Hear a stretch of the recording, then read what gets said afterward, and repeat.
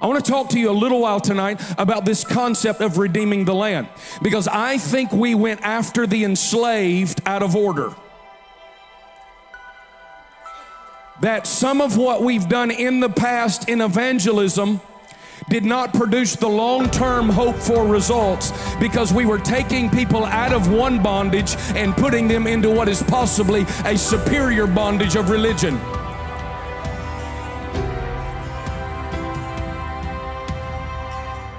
I sat down for 4 hours a few weeks ago with the president of the Billy Graham Evangelistic Association, and we began to prophesy back and forth to one another.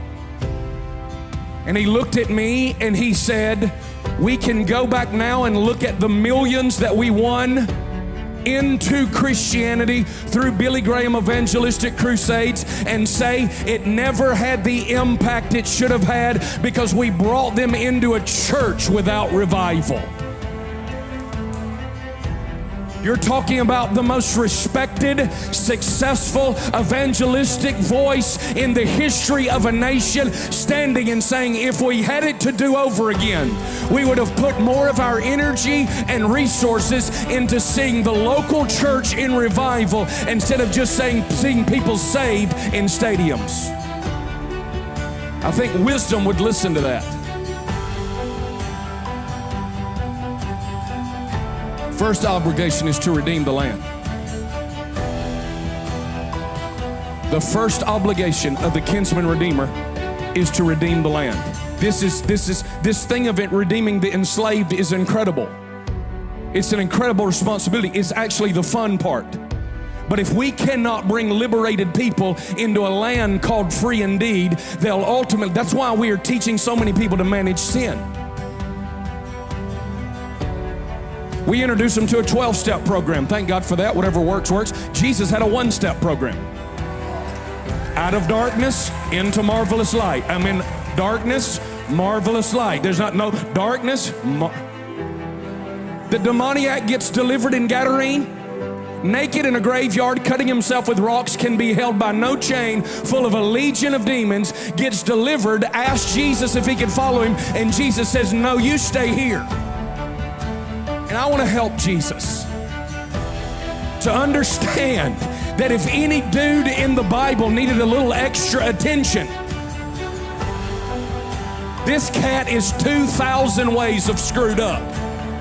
And Jesus said, no, you stay here as the apostolic leader of a region that just ran me off because they liked you bound better than they liked you free.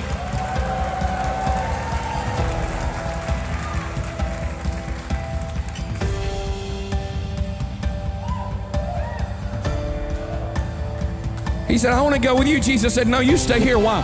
Because he trusted the degree of encounter. Because we are not offering people a high enough degree of encounter, we are having to manage their intellectual ascent because they've not gone through supernatural transformation. And let me tell you something, if you get them saved right here, you'll fight to keep them for the rest of their life. But if they ever get a fire down in here,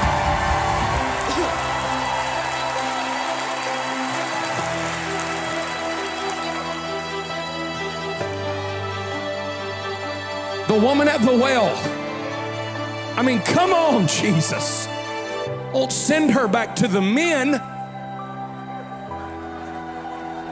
You do know the Bible said she went back to the men of the city. We would say, listen, ma'am, if there's one group of people you need to avoid, it's men. You get around a group of strong women, preferably holiness women, in blue jean skirts with their hair up in a bun who don't wear makeup. That's where you really need a different influence. Unless the transformation is so deep that she can go right back into the place of her biggest mistakes. Do you see the disciples that go out to get food and then they come back and here's Jesus having a one-on-one with this chick?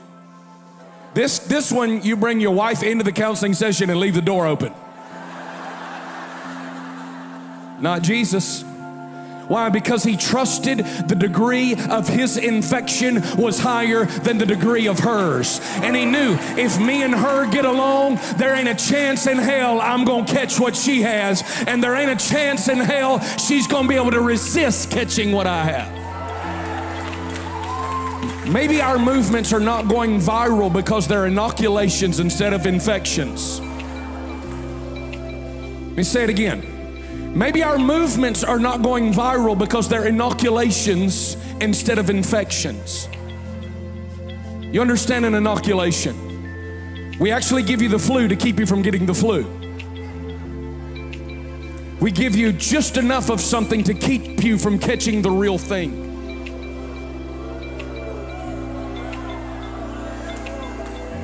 See, they got it, and then they got it, and then they got it. Live stream people just got it. I heard them shout all the way from back home. Give you just enough of something to keep you from getting the real thing. Contemporary worship.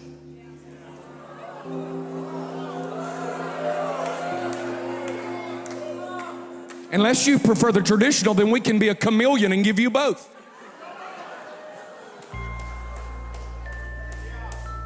We want to make sure that we present a Christianity that is acceptable to the masses. So with that, we eliminate at worst, downplay at best, any unusual manifestation of the Spirit. However, when you study the Old Testament, you find something extraordinary. You find that the best mystery ever hidden in the Old Testament is the church. We knew that Jesus was coming. Thank you, buddy. Look nice tonight, Jeremy. We knew that Jesus was coming. We knew where Jesus was coming. We knew he was going to be born of a virgin. We knew all of that, right? But this mystery of the church is this bride mystery is hidden. You have to really dig to discern bride revelation. And when God gets ready to unveil this secret that he had kept for the ages, I'm finally going to show the world the church. Here it is. This is my plan all along. This is why he's the lamb that was slain before the foundation of the world. Here comes the ecclesia crashing onto the scene. How should we do this?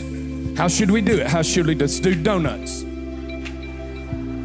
So coffee, 45-minute service, pick the most eloquent speaker who has the fewest mistakes in his past, or at least has learned to pretend he has the fewest mistakes in his past. And he says, no, let's do this. I had this mystery. Let's reveal them like drunk men. And maybe people will know the power does not rest in them. The power rests in him.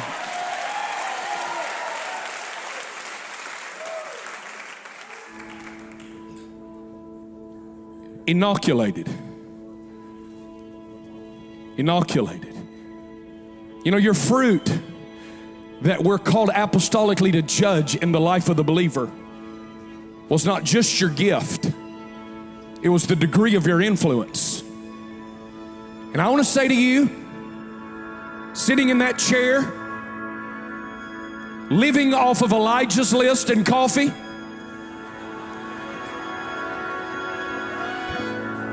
that if there's not something evangelistic stirring down on the inside of you, then I have a right to question whether what you have is a fad or a viral infection of the Holy Ghost.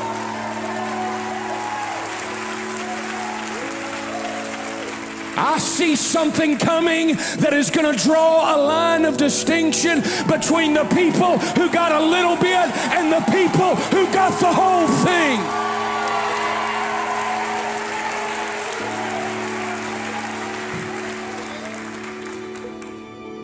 Redeem the land. Redeem the land. Redemption of land's beautifully displayed in the book of Ruth with Boaz as the kinsman redeemer. Kinsman redeemer in Hebrew, Goel. It's a beautiful picture of Boaz marrying an impoverished Ruth after the death of her husband, and Naomi, her mother-in-law, suffering the death of her husband and both sons. You know the story. Naomi is getting ready to go back from Moab. Ruth is a Moabite. She says, if you're leaving, I'm leaving, because I watched you go through pain and determined your ability to go through pain with grace made you worth following. She goes through great pain. She gets to the field of a relative named Boaz, sends Ruth into the field to glean, to take from the edges what spills in the process of harvest. Come on, let me say this. To take from the edges what spills in the process of harvest. However, God has a greater plan. The plan is that instead of you being a gleaner on the edges, you marry the man who owns the field.